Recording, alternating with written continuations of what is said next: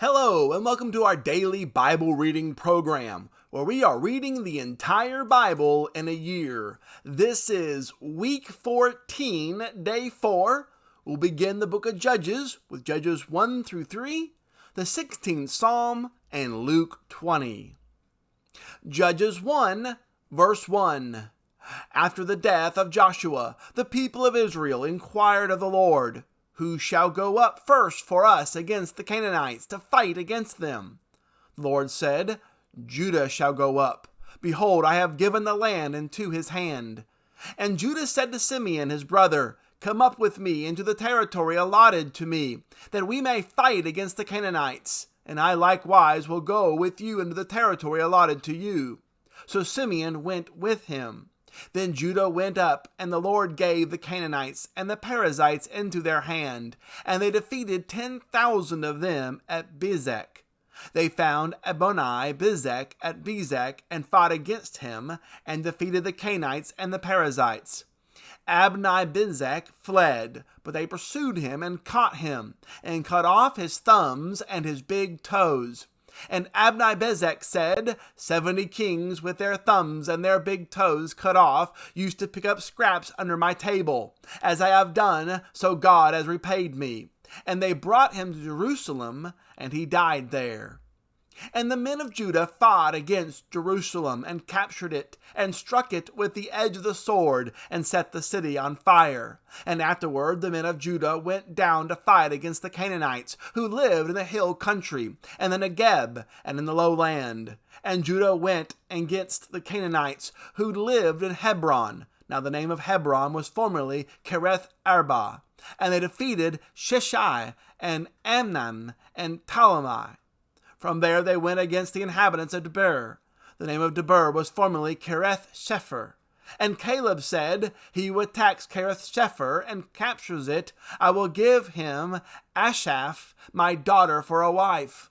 And Othniel, the son of Kenaz, Caleb's younger brother, captured it, and he gave him Ashaph, his daughter, for a wife.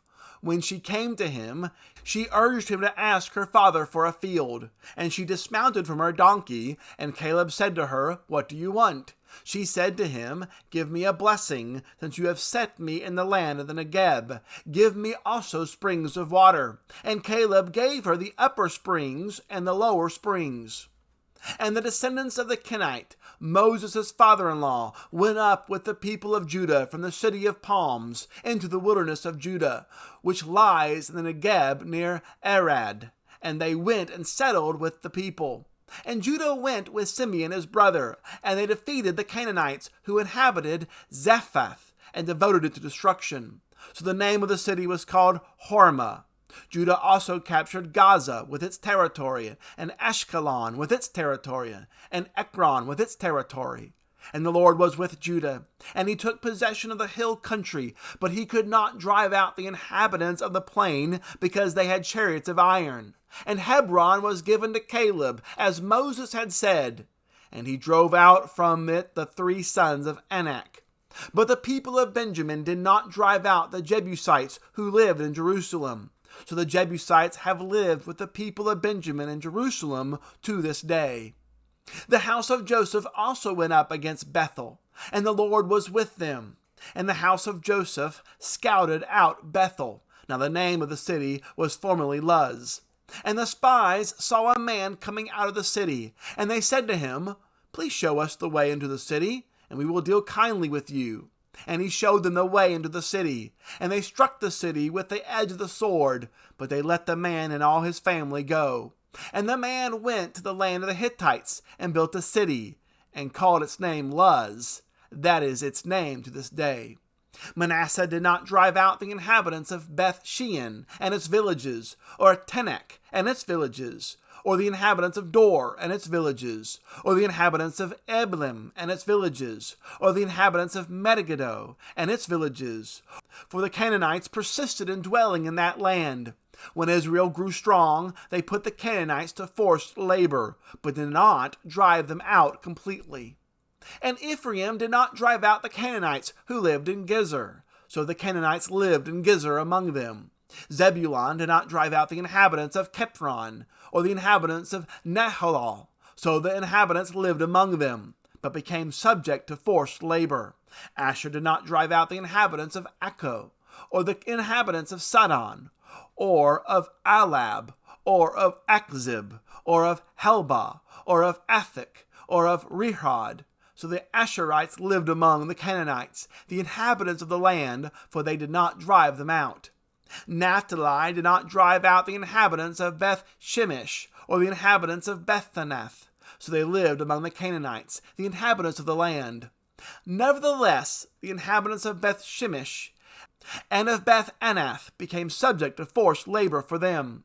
The Amorites pressed the people of Dan back into the hill country, for they did not allow them to come down to the plain. The Amorites persisted in dwelling in Mount Heres, in Ajalon, and in Shalbim. But the hand of the house of Joseph rested heavily on them, and they became subject to forced labor. And the border of the Amorites ran from the ascent of Akrabim, from Selah and upward. Judges 2, verse 1.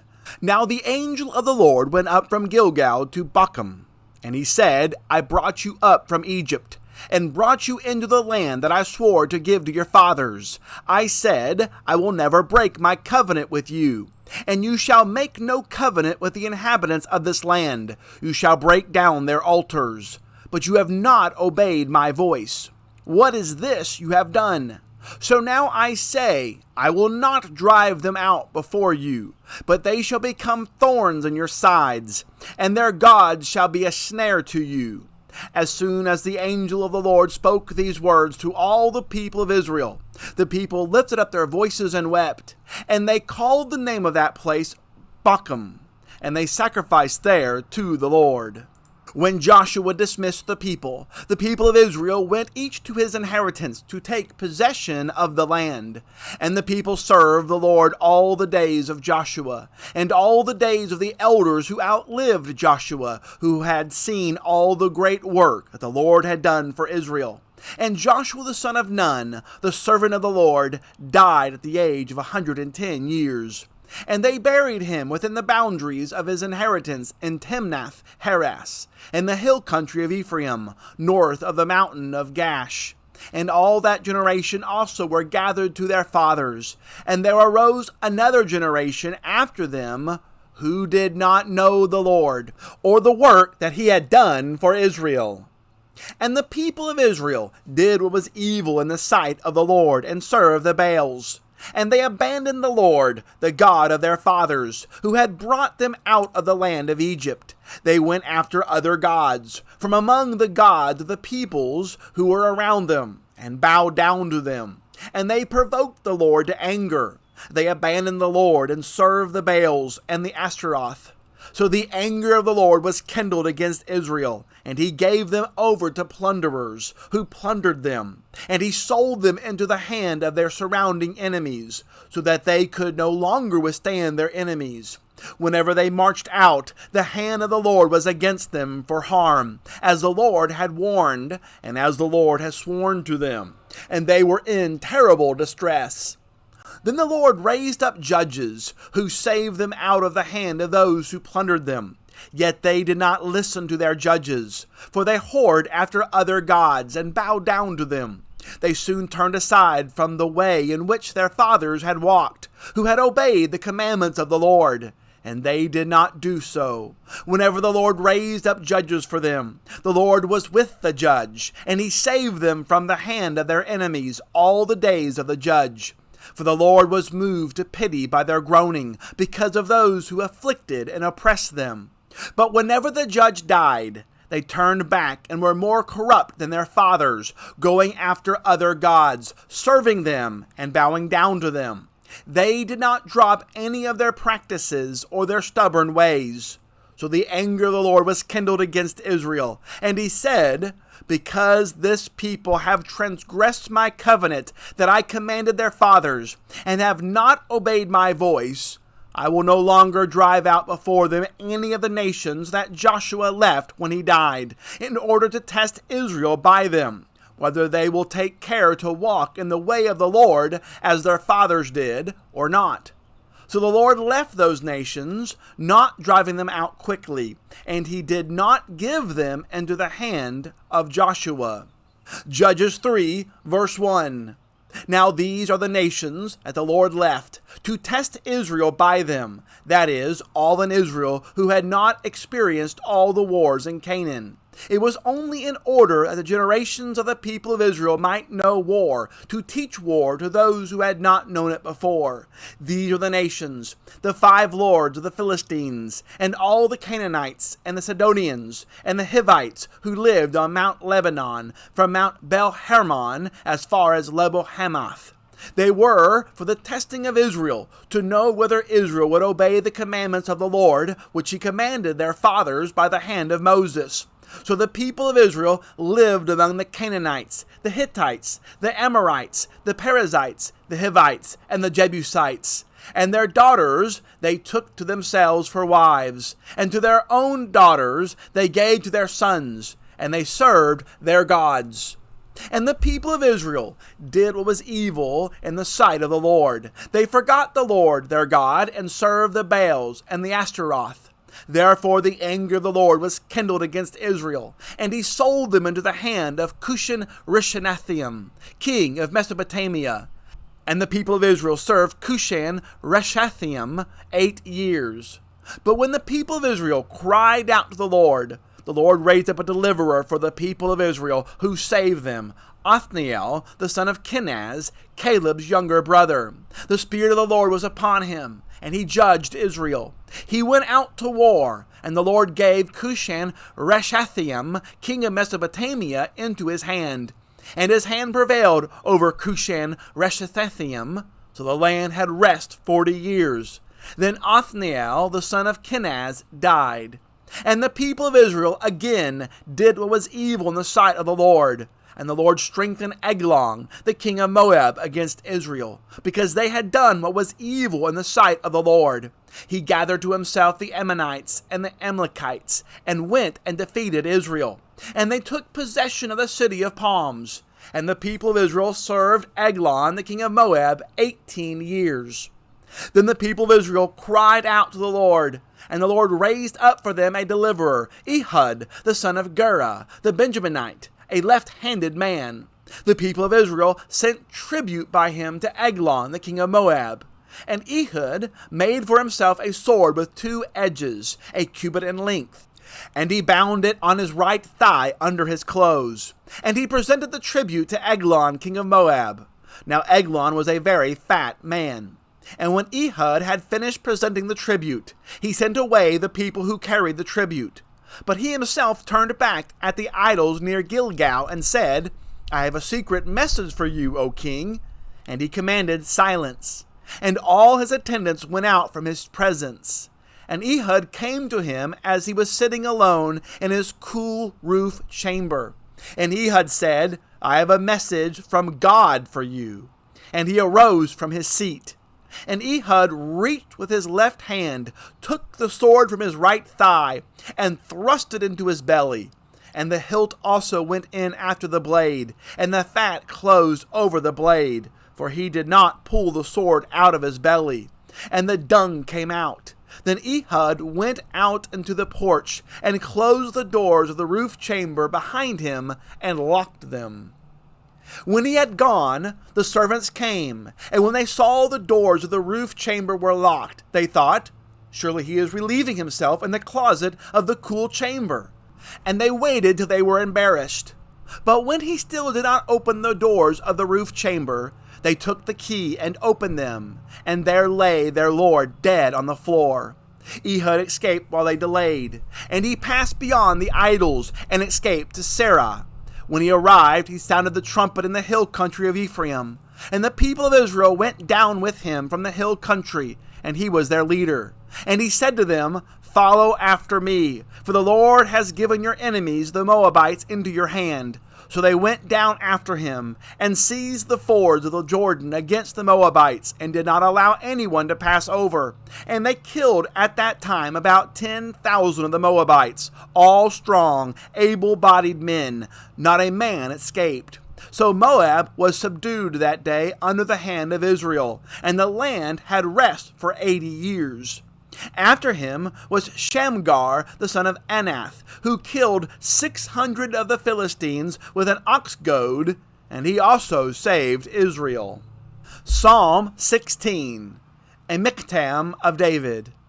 Preserve me, O God, for in you I take refuge. I say to the Lord, you are my Lord. I have no good apart from you. As for the saints in the land, they are the excellent ones, in whom is also my delight.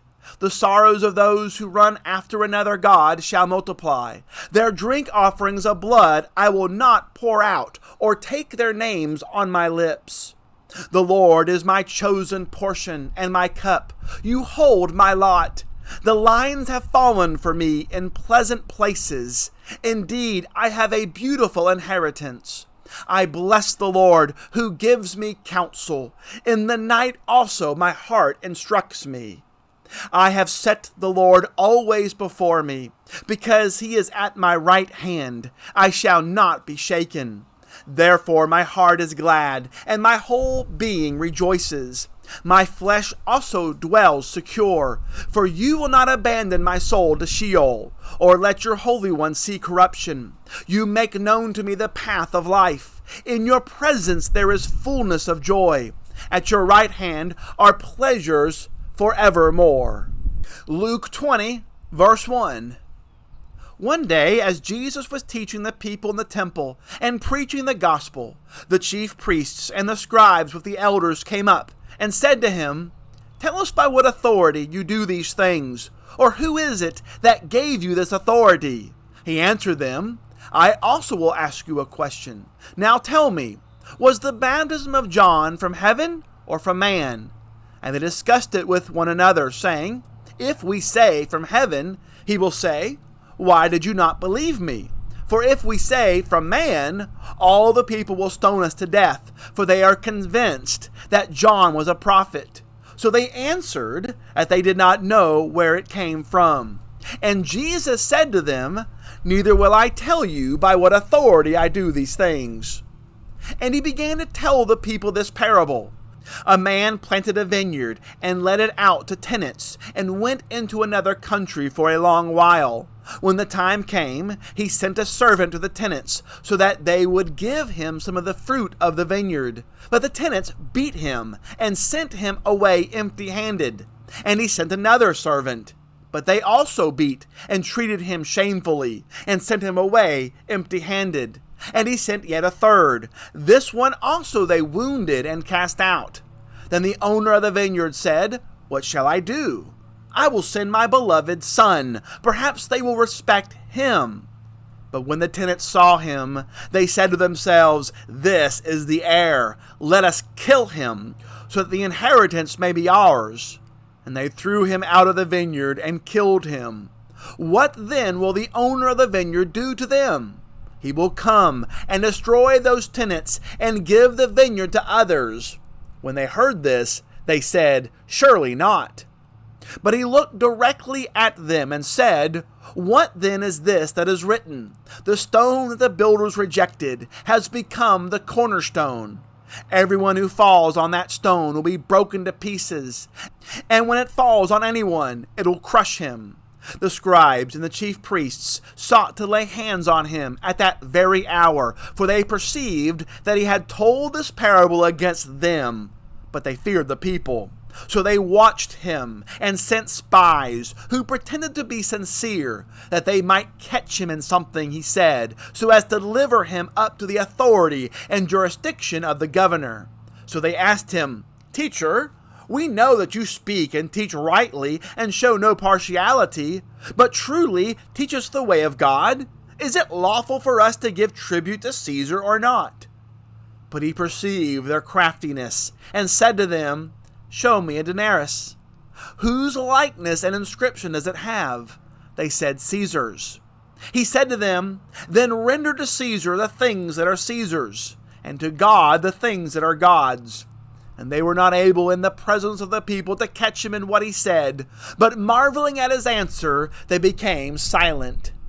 There came to him some Sadducees, those who deny that there is a resurrection, and they asked him a question, saying, Teacher, Moses wrote for us that if a man's brother dies, having a wife but no children, the man must take the widow and raise up offspring for his brother. Now there were 7 brothers.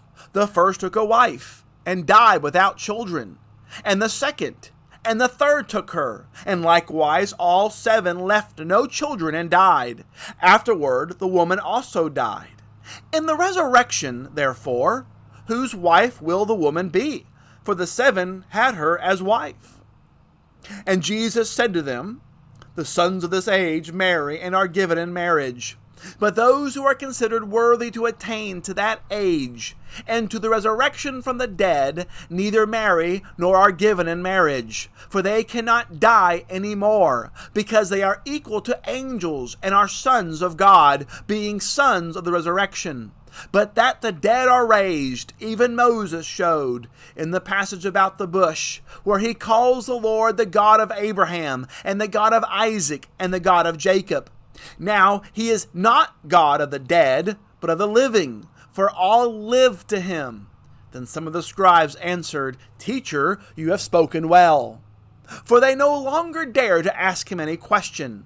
But he said to them, How can they say that the Christ is David's son? For David himself says in the book of Psalms, The Lord said to my Lord, Sit at my right hand until I make your enemies your footstool. David thus calls him Lord, so how is he his son? And in the hearing of all the people he said to his disciples, Beware of the scribes, who like to walk around in long robes, and love greetings in the marketplaces, and the best seats in the synagogues, and the places of honor at feasts, who devour widows' houses, and for a pretense make long prayers. They will receive the greater condemnation. That concludes our reading for week 14, day 4. Join us tomorrow for week 14, day 5. We'll read Judges 4, 5, and 6, and Luke 21. As always, please subscribe to our YouTube channel if you've not done so. Hit that notification bell. You will be alerted every time there's a new video available. As well, share the good news of the Word of God with others. Thanks so much for listening. Have a great and wonderful day.